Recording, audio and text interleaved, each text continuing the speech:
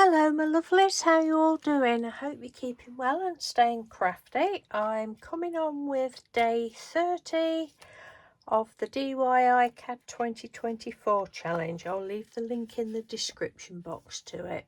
Can't believe a month's gone already, crikey. So today's prompt was Parfait, and this is what I've done.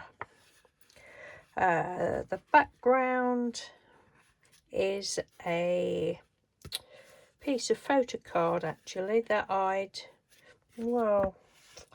know, it's been lurking around for ages. Looking at it, I think I'd probably used distress oxides on it and some water and got it all runny and that, and then you know how the distress oxides leave a milky look, don't they? Well then if you go over it, I'm sure most of you know this, if you go over it with a wet cloth, baby wipe or something, it takes the cloudiness off and it leaves the lovely shininess of the photo card underneath, and I think that's what it was.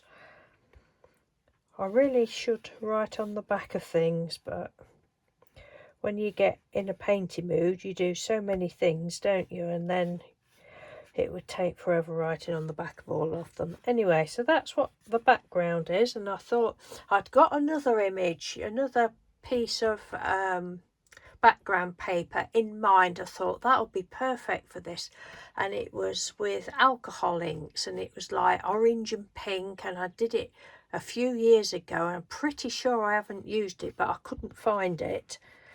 But this one, I think this one goes. The little, well,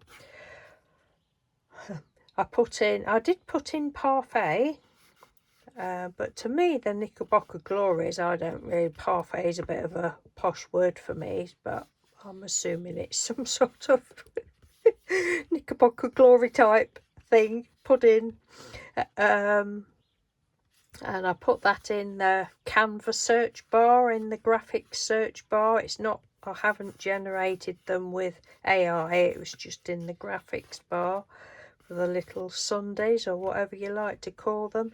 Fussy cut them out because I like fussy cutting. This lady is AI generated from this, and this again was on Canva.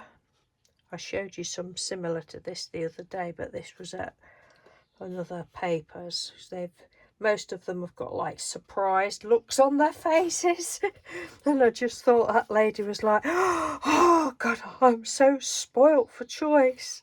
So Glenda was spoilt for choice. Didn't use my scrawky writing, I just typed those out.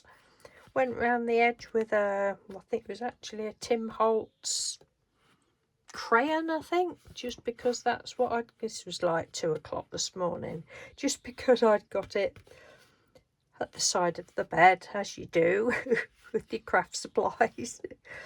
And that's that, and I think that's really yummy. I was going to go over the little glasses with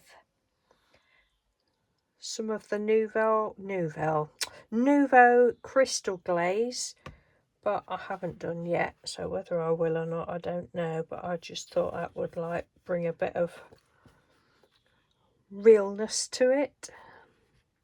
So any of you that saw the one prompt the other week, Terrazzo, where I did those little tiles, I put this on those, and they've kind of like, whether I'd not got them glued down properly, but they're kind of like lifting up a bit. So I don't know, I might just leave it actually. Yeah, we'll leave it. Anyway, that is it, day 30.